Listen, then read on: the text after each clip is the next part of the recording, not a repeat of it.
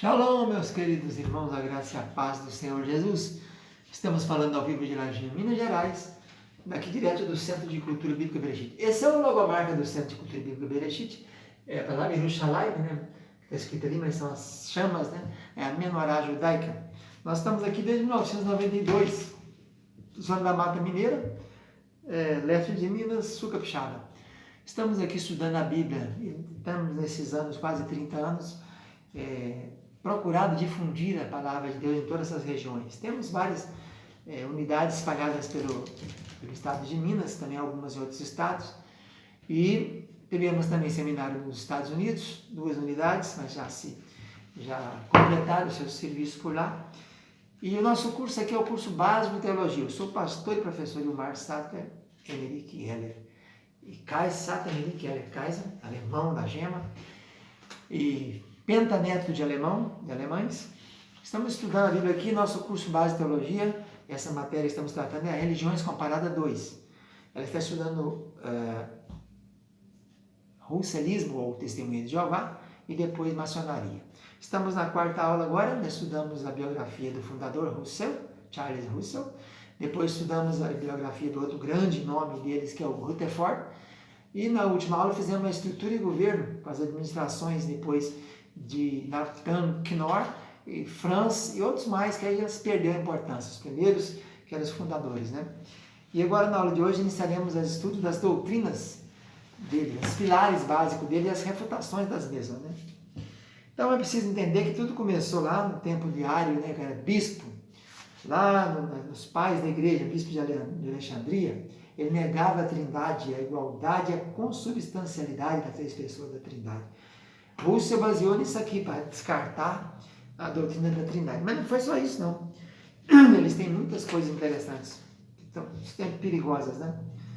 A maior astúcia e a ousadia do russelismo está em se aproveitar da autoridade, do prestígio, da influência e do poder da Bíblia para fazer seu trabalho de proselitismo. Geralmente só trabalha com crentes. Raramente se vê falar de alguma pessoa que era católica ou que era hinduísta, ou budista, ou shintoísta, outra religião, que se convertesse ao russelismo, né? Eles usam a Bíblia como um pretexto, né? A própria versão dele nós veremos aqui que tem muitas incongruências, sempre direcionando para defender as teses dele. Eles interpretam a Bíblia à luz das escrituras, dos estudos desses pais dele, Russell e Rutherford, né? Então, eles vão mudando as doutrinas cada vez mais. Menciona-se aqui que mudaram mais de 148 vezes, né? Ele declarava ousadamente que seria melhor que fosse lida a obra dele do que a Bíblia. Chegaram a um ponto de destacar mais a obra deles, as literaturas deles, do que a própria Bíblia, né? Vamos lá então as principais doutrinas deles, principais heresias, vamos chamar assim, né?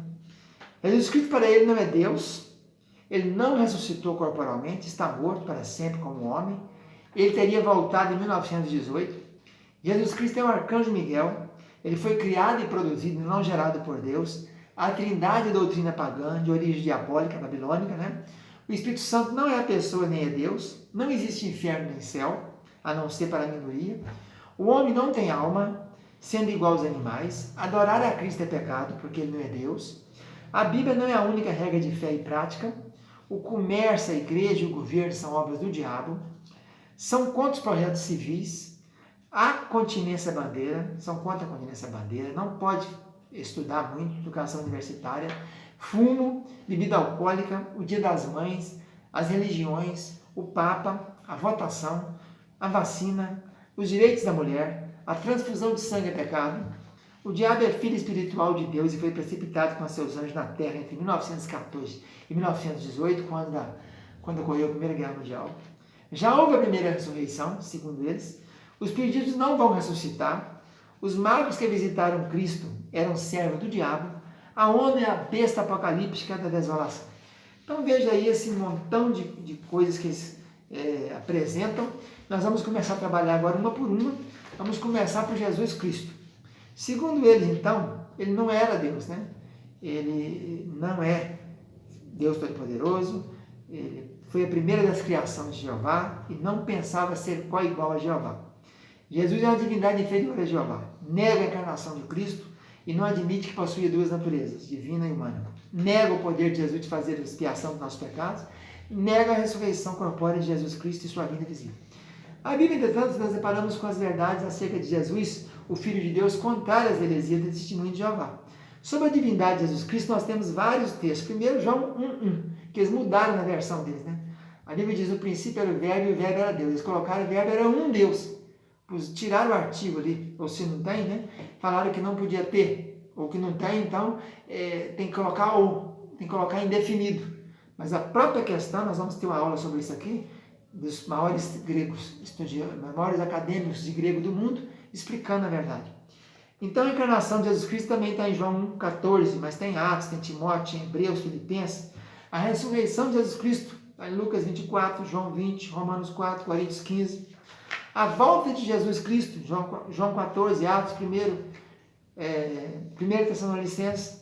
Jesus Cristo foi gerado por Deus e recebeu o título de primogênito da criação. Ele é Deus Criador e não apenas obreiro associado na criação. João 1, Colossenses 1, Hebreus capítulo 1 João 4, 9. Ao vir ao mundo, Cristo assumiu a forma de servo e foi feito pouco menor do que os anjos após sua ressurreição. Foram restituídos o poder e a glória. João 14, João 17, Mateus 24, Mateus 28, Filipenses 2, Hebreus 2, Apocalipse 5. Então está bem claro que as refutações, nós não temos tempo de citar versículo por versículo, mas depois os irmãos conferem aí na própria livro, texto da matéria. Sobre a Trindade, vocês viram que a Trindade veio desde o tempo de Ario, né? Ario era um bispo lá de Alexandria que veio com essa mentira. Para a testemunha de Jeová, a origem da Trindade remonta aos antigos babilônicos, egípcios e mitologia antiga. Satanás deu origem à Trindade, diz não encontrar o termo na Bíblia, por isso não pode crer nela. Entretanto, a Bíblia não aparece realmente um texto específico, mas está cheio de passagens repletas que aparece Deus Pai, Deus Filho e Deus Espírito Santo, atuando de maneira conjunta. O termo Trindade apareceu no 2º século, com Tertuliano, e expressa a verdade de um Deus trino. Olha em Gênesis capítulo 1, versículo 26, Gênesis 11, 7, Mateus 3, 16 e 17, João 14, versículo 10, 16 e 17, João 15, versículo 26, 2 Coríntios 13, versículo 13, Efésios 2, 18, Efésios 3, 14, Hebreus 9, 14, 1 Pedro 1, 2, 1 João 3, 23 e 24, Judas 20, 21. Então está muito claro nesses textos que eles mencionado, a própria bênção apostólica, né? Amor de Deus o Pai, graça de Jesus e Espírito Santo consolação. Terceira doutrina refutada, Espírito Santo. Para eles, testemunha de Jeová, Espírito Santo não é pessoa, não. Ele é uma força ativa, né? E assim ele diz que é apenas uma força ativa através do qual Deus realiza seus propósitos e executa sua vontade. O Espírito Santo para eles é apenas uma influência ou uma emanação de Deus. Somente pode ser recebido dentro da comunidade deles. Mas a Bíblia está cheia de passagens que mostram que ele é pessoa, persona. Fala de pessoa. Os atributos do Espírito Santo são de quem possui personalidade, intelecto, emoções, vontade. 1 Coríntios 2, Efésios 1, Romanos 8, Efésios 4, Atos 16. O Espírito Santo realiza atos que demonstram sua personalidade. Ele ensina em João 14, ele testifica em João 15, ele guia em Romanos 8, ele convence em João 16, ele contende em Gênesis 6, 3, ele dirige pessoas em Atos 8, realiza milagres em Atos 8, requer serviço especial em Atos 13, envia para o serviço cristão Atos 13, intercede por nós, Romanos 8. Atos que pessoas realizam em relação ao Espírito Santo demonstram que ele é uma personalidade. Ele pode ser obedecido, Atos 10, pode se mentir para ele, Atos 5, pode se resistir ao Espírito, Atos 7, pode ser reverenciado, Salmo 51, pode se blasfemar contra ele, Mateus 12, pode ser ofendido, Hebreus 10. O Espírito Santo é divino, ele é chamado 22 vezes de Espírito de Jeová, 31 vezes Espírito de Deus, 30 vezes Espírito do Senhor, é onipresente, Salmo 139, participou da criação, João 33, é doador da vida, Romanos 8, possui sabedoria criadora, Isaías 40, é chamado de Deus em Atos 5:3, gerou a Jesus em Lucas 1:35, e somente Deus pode gerar a vida, então ele é Deus. Então ficamos por aqui com a nossa aula de refutações das principais heresias deles. Fica na paz, tchau, tchau.